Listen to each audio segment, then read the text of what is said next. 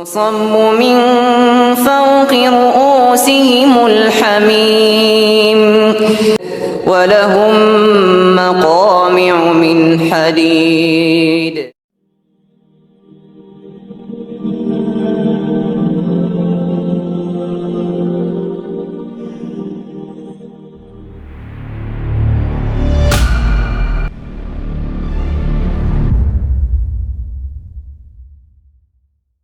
Bonereza abantu b'omuliro bagenda kubabonereza mbonereza yakwongeza twalaba luli waliwo okukaaba okutali kwa bulijjo twogera ebintu bingi naye ku luno bagenda kwongeza ebibonerezo mu bantu b'omuliro waliyadu billah.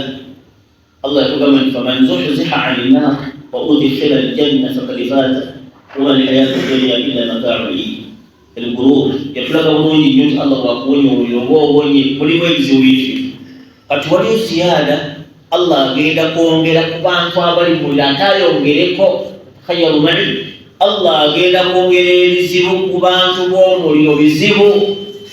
byebirwa qala jalla wa ala Allah yagamba nti zidnahum adhaban fawqa adhab tugenda kwokya abantu b'omuliro babengeye ate twongereko adhaabu. Kati baulama al-adilla al-mufassiruna bwe baali bavunula ayi eno baagivunula abantu basatu n'abalala. Mulimu Ibn Mas'ud yavunula ayi zidnahum adhaban fawqa al-adhab, surat an-Nahl aya 8. Allah agamba nti tugenda kubongerako ebibonerezo nga bitula ku ebyo bye balina nga bali mu muliro waliyadu billah. Qala Ibn Mas'ud, Allah yali ategeeza mu aya eyo adhabu zagenda okuleeta aqaribun. Allah alina amasitowa galisigga aqaribun. Allah alina ebitonde babiyita sigga tumumanyi bagenda Allah agenda kugamba nti ziidu mugende mugulewo bagulewo ki amasitowa galisigga. Qala Ibn Mas'ud agamba nti alyabuhum sigoyo alina amannyo alyabuhum kanakhalati tuwali genkana omuti gw'amasanyalaze linyo limu lyenkana omuti gw'amasanyalaze bisigaye bagenda okuyimbula bani abagenda okubireeta. Twaloga mulundi guli twayogera ku Zabaniyo twamwogerako. Zabaniyo yani siga abakozi b'omuliro fataha Allahu lahu omo bita Zabaniyo abangi babayita Zabaniyo fataha Allahu lahu. Kati Allah agenda mu aya Ibn Mas'ud agamba Allah agenda gamugulewo amasitowa ga aqaribun sigga alyabuha bagenda kwongera ku adhabu zibalina alyabuha amannyo ge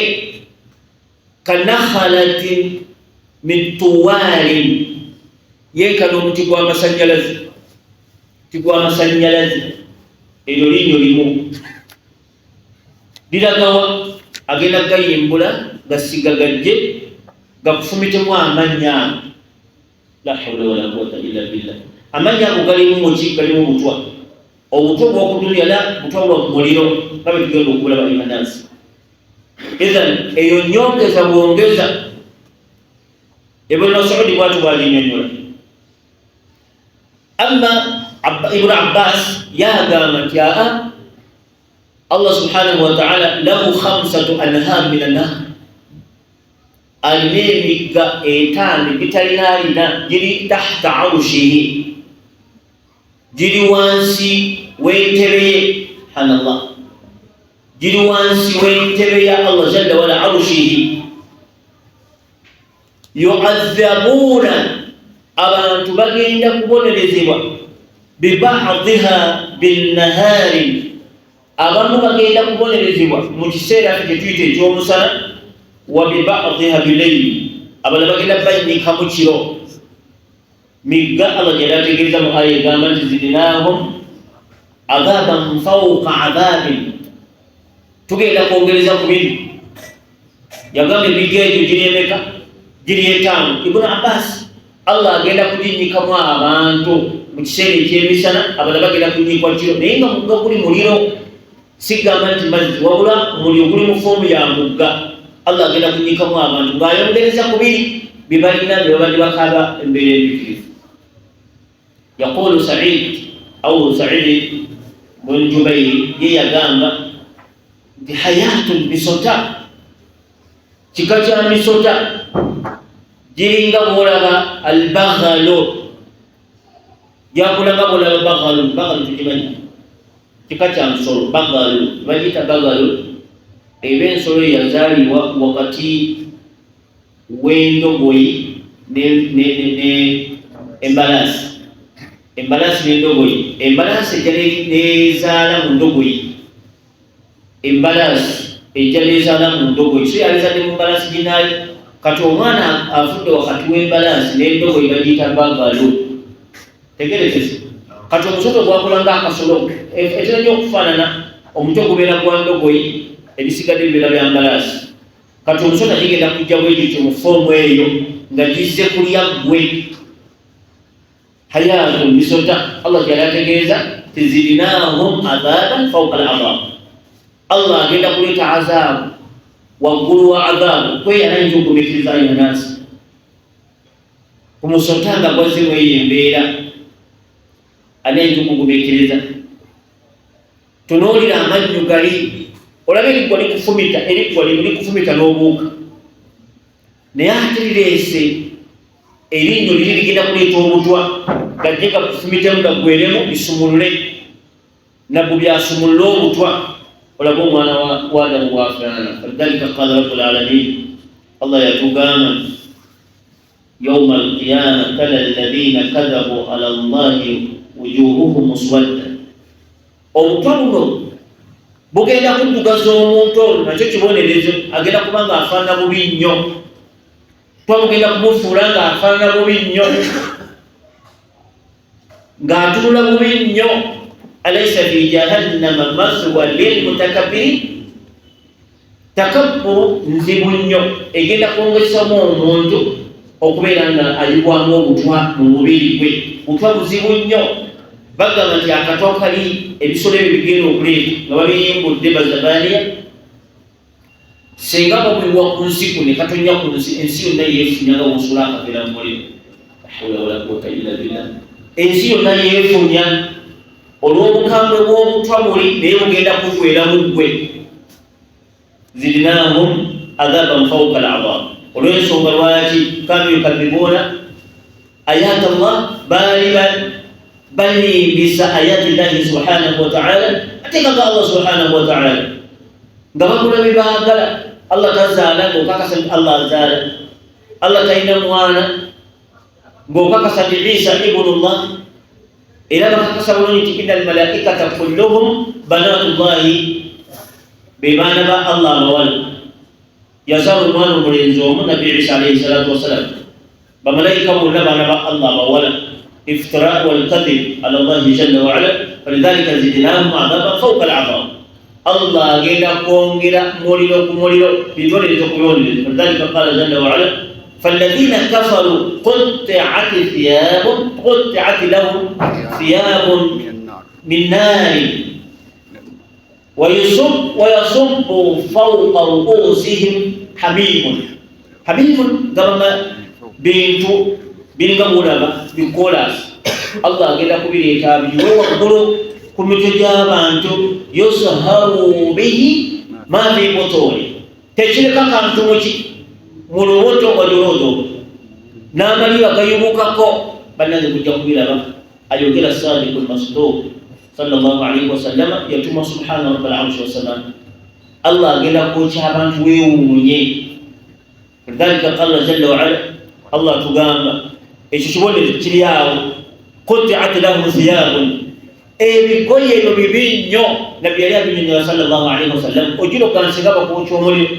naye engoye ezo zebagenda obatemeramu babambaze, ngoye embi nnyo. Tus'aru ma fi butuni, bw'olwambala eno lusika ebiri munda ne bifuluma. singo wambalabo lusikaye biri munda n'amaliba gaako ne gagenderako lukangwe luyitirivu nnyo naye egenda kubeera nnyongeza fama balul asru ate mbeera etandikira etya fattaku naara walaw bishikki tamri yagamba sallallahu alaihi wasallam tyo omuliro akakutwala mulinde kabakakuta kantembi katono yahi tyo omuliro muyitirivu nnyo kumbeera efaanagana dhalika qala subhanahu wa ta'ala Allah yagamba nti inna almujrimina fi dalali wa sur'u abasajja aboononefu bali mu buzibu nnyo yawma yushabuna fi nnarin ala wujuhihim bagenda bakulira ku byenyi ala wujuhihim kigenda kuba muliro genda kufumbojje bulungi nga wotekengeke ku katimba nejja bulungi wedanga omutwe gwayidde bulungi thumma yushabuna bwomala okujja bulungi nnyo nga bw'okolako ennyama yonna eyikayidde bulungi thumma yushabun bajja bakulule ennyama eyo yonna osigale sikeleton yonna ennyama eyikigwe kubanga yayidde naye ate nga tofa towulira bulungi ate tofa ennyama eyo bagenda gikulula yonna eggweko ate komuwendala kullama nadijat juluduhum baddalnahum juludan ghayraha liyaduqu kati ennyama egenda kuvaako eyidde bulungi nnyo bagikulule ala wujuhihim babagambe nti zuuqu masali isaka wulira engeri y'omuliro oguyitibwa saka lweguluma seka nga olina oyidde nnyo n'olubuto lwo oyidde ddala bulungi batandika okugula yina ennyama eyiike kati bweyiika baleta endala kullama nadijat juluduhum begalijja bulungi nga bwowulidde baddalnahum juludan ghayraha tuleeta ate amalala ng'ate kwokya okusinga gala gobadde oyambala liyazuuku al-adhaab omuntu asooka awulire lwaki khamsa salawati iftaradahunna Allahu ta'ala salati zitano zigenda kubyemibwa lihanana toya mbere ya Christmas nja kugira tebata abasiramu bantamye fujjo omuntu anazanyuka koddi buli kimu haramu kati nokulya emmere haramu yeri sidiini yo sidiini ya Katonda boti basiza Katonda nesolanda abasajja abantamye eddiini waliwo bawalimu akutamiza ddala eddiini buli kimu haramu fere tuwulye kati naliko ku mbaga emu Sheikh Khalifa ono muyimbi bamuyita Sulaiman Sulaiman Lwanga n'atuuka ku mbaga gyetwali bw'atuuka ku mbaga nyini mbaga nagadda banenge naganya amataali waliwo obasinga wamuwala yayite n'amuleeta Sulaiman bagenda okulaba ng'ayingiddewo Sulaiman olwa Lwanga Sulaiman Lwanga ndowooza kati mba ntudde wentudde nga Sulaiman ati yagadda tojja kuyingira toyingira kidaala ko Sulaiman nja kusasula sente zange ko basenga tuwamba yingira oba tebaagala balekeyo Islamu yagalwanga toyingira kidaala kati mukugira osola netuuka netugenda musola tuba musola musajja nagamba mbayize ekyantamye eddiini y'obusiraamu kintu era nze kintamye eddiini y'obusiraamu nze nabagamba nze eddiini y'obusiraamu tejankintamya kyekyo tuli ekigambo kyayogera enanasi nga nze nnini mpulira nimerere waali nagati ekyantamye mubalaga baamu kati ogamba kyettaali mukanazikira ddi kati atusigire batuli mukabuli nze kyekintamya obusiraamu kyekyo wallahi nsala neza obusiraamu bweguntamya ebyo buli kantu konna haramu kati nabo kigambo bwe yeerabidde nti agenda kufa ng'ate wayusalu an kulli kalima bwoli ekigambo ojja kukyogera bw'otegereza Allah nti obusiraamu bwantama olutalo lwali olunene tojja kuba mataali tujja gakuza kalitaali kala bw'oyogera ebigambo ogamba bakisangulawo kati n'okwerabira yeerabira dde oluusi ate ng'ebigo gyakandi wagala yali amakubi gyebali bamulira akaseera kati kujja kuwulira falidhalika ayuha al-ikhwa Nabi sallallahu alaihi wasallam atugamba man kana yu'minu billahi wal yawmil akhir falyaqul khayran seka yogere ebigambo weekakasa aw liyasmut seka weesirikire lwaki as-sakitu la yunsabu ilayhi al-qawl teri ayinza kugamba nti ebadde asiisi yanvuma abantu nsiisi anvuma abantu la falidhalika omusajja yogere ekigambo nakati kikyali ku mutima tenataka obusiraamu buli kimu haramu kati ekishe kiri mu ttaali kikibakuzaawo kunywa mwenge balidde embizi nze bulijjo mbaga nti obusiraamu bwantama nga temuwulira ayuha al-ikhwa yayogera ekigambo ng'ekyo alowooza asanyusa abaliwo yeekalakasiza anyiize nnyo wa inda Allahi al-azim Allah yamutereka dda takyajjukira byayogera ku mbaga naye amulinze olunaku lwali musinkana subhana agenda kwogera ebigambo ebifaanagana bitali yogera byosobola tuli ku kigambo annaamu zidnaamu tugenda kubongera lidhalika qala jalla waala Allah yalinga atulaga bulungi nnyo enyongeza y'omuliro waqala nabiyu sallallahu alaihi wasallam yuqta rajulu bagenda kuleeta omusajja gwe baleeta nga alimu suu eyalinga asomesa abantu qala nabiyu sallallahu alaihi wasallam bagenda kuleeta alimu suu sajja oyo kana ya'muru bil ma'ruf yali asomesa bulungi nnyo abantu okwekwata ku Allah wa yanha 'anil munkar era ng'abagaana bulungi nnyo okukola ebikyamu walakina kana yanhahum yali ya'muruhum bil ma'ruf ng'abagamba okukola ebirungi fala ya'ti ye ng'akola birala wa yanhahum 'anil munkar fa ya'ti ng'abagaana okukola ebikyamu ate nga yagiraki ng'abikola qala jalla waala atamuruna an-nasa bil-birri wa tansawna anfusakum wa antum tatluna al-kitaba afala ta'qilun amagezi gali mungi agamba gali munguuli n'osomesa abantu ekintu gwe neweerabira n'ogenda n'okikola akusomesa kibi nnyo muwaliko okusomesa ekintu nga takikola byonnaasi kibi nnyo lidhalik nabbi agamba sallallahu alaihi wasallam thumma yulqa fi nnar bagenda kuleeta omuwalimu oyo otunulyako abantu bangi yonnaasi abawalimu bayitirivu nnyo boogera birala naye omusinga nakola birala wallahi alladhi la ilaha ghayru naye bagenda yulqa fi nnar bagenda musindika mu muliro agamba nti fatandaliku akitabahu agenda kuba akabundu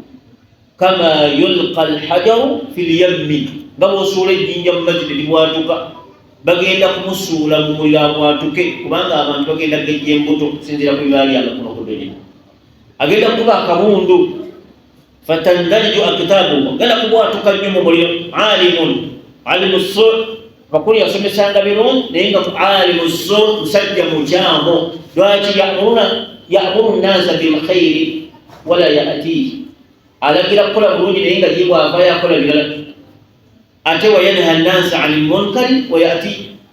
abantu abaganda okukola obukyamu naye ate nga ye mujjumbize dalika agenda kubwatuka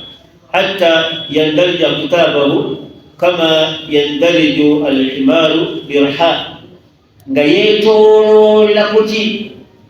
agenda kwetoololera ku byenda bye nga bibwakusagala bizzaamu nga yetooloola kama yandariju alhimaru nga ensolo endiga embuzi bwe yetoololera ku nkondo thumma yajtamiu alaihi nnas abantu b'omuliro bagenda kujja wagati abantu kiki yamulimu alasta alladhi kunta ta'muruna bilkhairi wa tanhana 'anil munkari fayaqulu na'am kuntu amurukum bilkhairi fala ati badde bagamba nnyo mukole Allah byayagala nze nga nkola byange nga nze ate sibikola wa alhaakum nga mbagamba okukola obukyamu fa atihi nga tenze ngira fayandariju ala kitabihi nga genda kwetoolera ku byenda bye mu ngeri efaanagana byo eyo nolawo min adhabi liman kana ya'muru nnasa bilkhairi wala ya'tihi omuntu yenna alagira abantu okukola obulungi ate nga tabukola wayanhaakum an munkari wa ya'tihi ate nga abagala ebikyamu nga abikola mu ngeri efaanagana byo thumma qala nabiyu sallallahu alaihi wasallam mpaka n'atugamba inna nnaara obukambwe bw'omuliro yonsa omuntu agenda bwerabira oba omuntu agenda kwerabira kullu ni'ma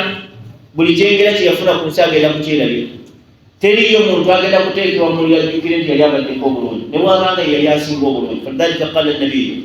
sallallahu alaihi wasallam nabi agamba nti yukuta bagenda kuleeta omuntu bi an'ami ahli dunya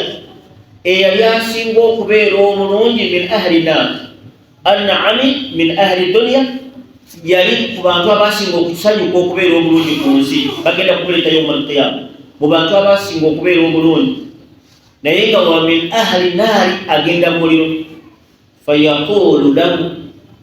bamukwate fayuqma bamunyike ghamsatan fi nnaari bamusuule muliro olusuula lumu bamugjeyo bamugaita buna adamu ntabani wa adamu hal ra'aita khayla qattu wali obaddeko mu bulamu bwonna n'akalungi konna hal marra bika ni'amu qattu wali olabye ku kirungi kyonna agayiti wallahi la wallahi ma ra'aytu khayla qattun wama marra bihi ni'amun nesiraga makulungi bonna kasooka mbeerawo jalisa wayaqsimu rabbahu agenda kulayira Allah nti la wallahi sirabanga ku kirungi naye nga lwagamba rabbul alamin lwaki agenda kwerabira nti yali abaddeko obulungi ku biki ku birungo ebiri bagenda musulayo batemujjebi bamubuuze nti ibuna adamu hal ra'aita khayra qattun wali olabye kalungi konna bwe kasooka ng'owanga wali okalabyeko wa hal marra bika na'imun qattun waliwo ekyengera kye wali olabyeko qala wallahi sirabanga ku kyengera ya rabbi naye nga gwalayira rabbul arshi wassamaa ate nga yeyabimuwa subhana lwaki lianna adhaba aljahannama yunsihi ekibonerezo ky'omuliro kigenda kumweraliza ebirungi byeyabali afunye kuno ku dunia thumma qala nabiyi sallallahu alaihi wasallam mpaka n'agamba nti yokuta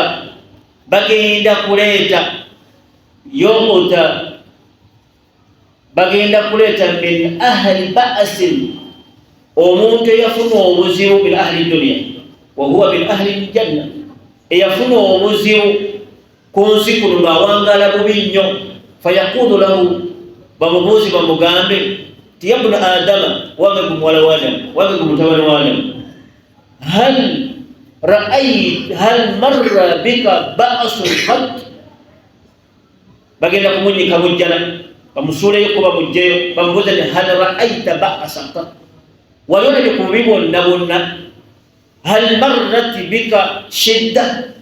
wali owulidde ku buzibu bwonna agambe nti la wallahi ma ra'aytu ba'san wama marra bi shidda qattun sirabanga ku buzibu bwonna kullu dhalika min aljanna na'im omuntu agenda kusanyuka ebyo yerabire nti yali alabye ku nnaku wakadhalika n'ebibyeyo birimu bigenda kwerabiza omuntu nti yali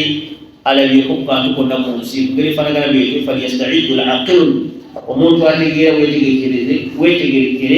weetegereze saawa yonna bakunona ogenda mu kabbuli saawa yonna ogenda kufa omuli ogenda kusingana nga bekunyonyodde n'ebisingawo kubanga tetuyinza binyonyola tubimalayo n'ebisingawo biyitirivu nnyo singa obeera nti Allah akuteebeza omuliro waliyadu billah allahumma ati nufusana taqwaha وزكيها وأنت خير من زكاها أنت وليها ومولاها يا رب العالمين اللهم نعوذ بك من النار اللهم نعوذ بك من النار اللهم نعوذ بك من النار اللهم نسألك الجنة ونعوذ بك من النار اللهم نعوذ بك من النار ونسألك الجنة يا رب العالمين اللهم لا تدخلنا النار فإن لسانا على النار لا تقوى اللهم اغفر لأهل القبور من المسلمين والمسلمات على الأحياء منهم والأموات برحمتك يا أرحم الراحمين صل اللهم على محمد وعلى آله وصحبه وسلم والحمد لله رب العالمين.